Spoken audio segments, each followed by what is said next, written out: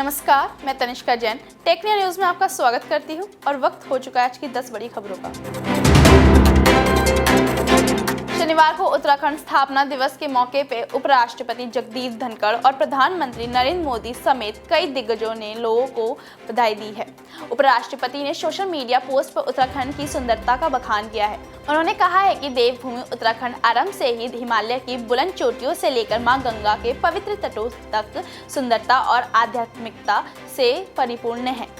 साथ ही उपराष्ट्रपति ने भविष्य में राज्य के विकास और प्रगति के लिए कामना की है। केंद्र सरकार ने कर्मचारियों का हॉलिडे कैलेंडर 2025 जारी कर दिया है।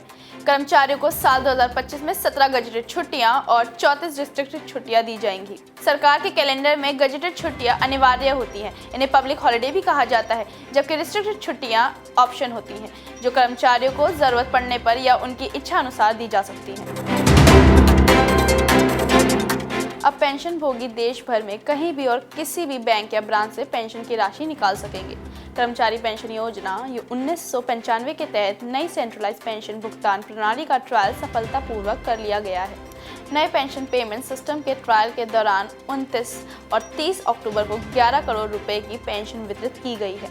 अब इस सिस्टम को जनवरी 2025 तक ईपीएफओ की योजना में पूरी तरह लागू किया जा सकता है।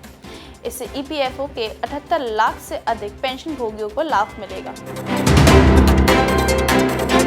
सरकार ने राशन कार्ड धारकों को राशन बांटने के नियमों में कुछ बदलाव किए हैं। सरकार ने सभी लाभार्थियों को संतुलित पोषक आहार देने के उद्देश्य से ये बदलाव किया है।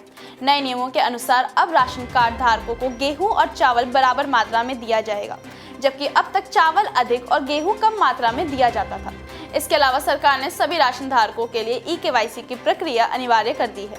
साथ ही ई-केवाईसी की प्रक्रिया की अंतिम तारीख 1 सितंबर से बढ़ाकर 31 दिसंबर 2024 कर दी है।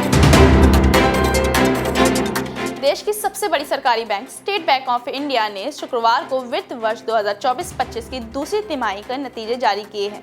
दूसरी तिमाही में सालाना आधार पर एसबीआई का मुनाफा करीब 28% बढ़कर 18,331 करोड़ रुपए हो गया है। वहीं चालू वित्त वर्ष की पहली छमाही में एसबीआई की रिटर्न ऑन एसेट 1% से अधिक और रिटर्न ऑन इक्विटी 22% के करीब रही है। इस दौरान सालाना आधार पर शुद्ध ब्याज के आय में 5% से अधिक इजाफा हुआ है। केंद्र सरकार की ई-ड्राइव योजना के लॉन्च होने के बाद देश में इलेक्ट्रॉनिक वाहनों का इस्तेमाल तेजी से बढ़ रहा है। सरकार के आंकड़ों के अनुसार चालू वित्त वर्ष में दोपहिया इलेक्ट्रॉनिक वाहनों की बिक्री में रिकॉर्ड स्तर पर वृद्धि हुई है।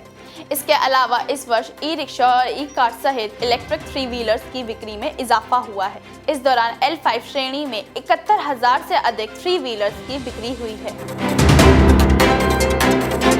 चुनाव आयोग में महाराष्ट्र में होने वाले विधानसभा चुनाव में दिव्यांगों और वरिष्ठ वोटरों की सुविधा के लिए सक्षम ECI ऐप लॉन्च किया है। इस ऐप में मतदान के संबंधित बुनियादी सुविधाएं उपलब्ध कराई गई हैं। सभी जरूरतमंद मतदाता अपने मोबाइल पर सक्षम ECI ऐप डाउनलोड करके इस सुविधा का लाभ उठा सकते हैं। मुख्य निर्वाचन अधिकारी ने शुक्रवार को प्रेस वार्ता में इसकी जानकारी दी है।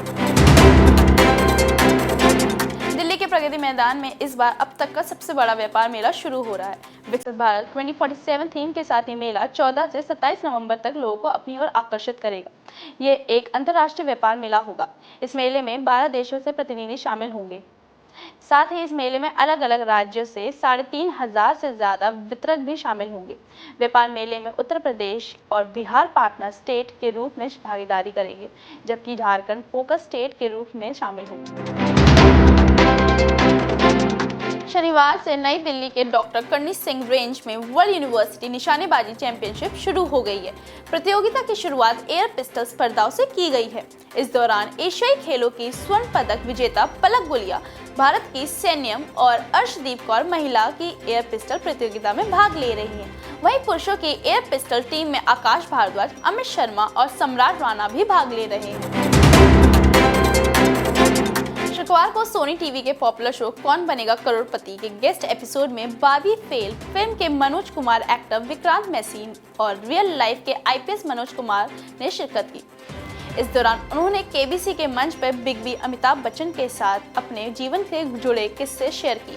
इस दौरान आईपीएस मनोज शर्मा ने अपनी मां के लिए एक कविता भी सुनाई। मनोज शर्मा और विक्रांत मैसी केबीसी के मंच पर एक ऐसी संस्था के लिए खेलने आए थे जो महाराष्ट्र के बेसहारा बच्चों को ताउम्र पालन पोषण करती है। इस दौरान उन्होंने केबीसी के मंच से 12.5 लाख रुपए की धनराशि जीती। आज के लिए बस इतना ही। देखते रहिए टेक्निया न्यूज। चैनल को लाइक, शेयर, सब्सक्राइब कीजिए।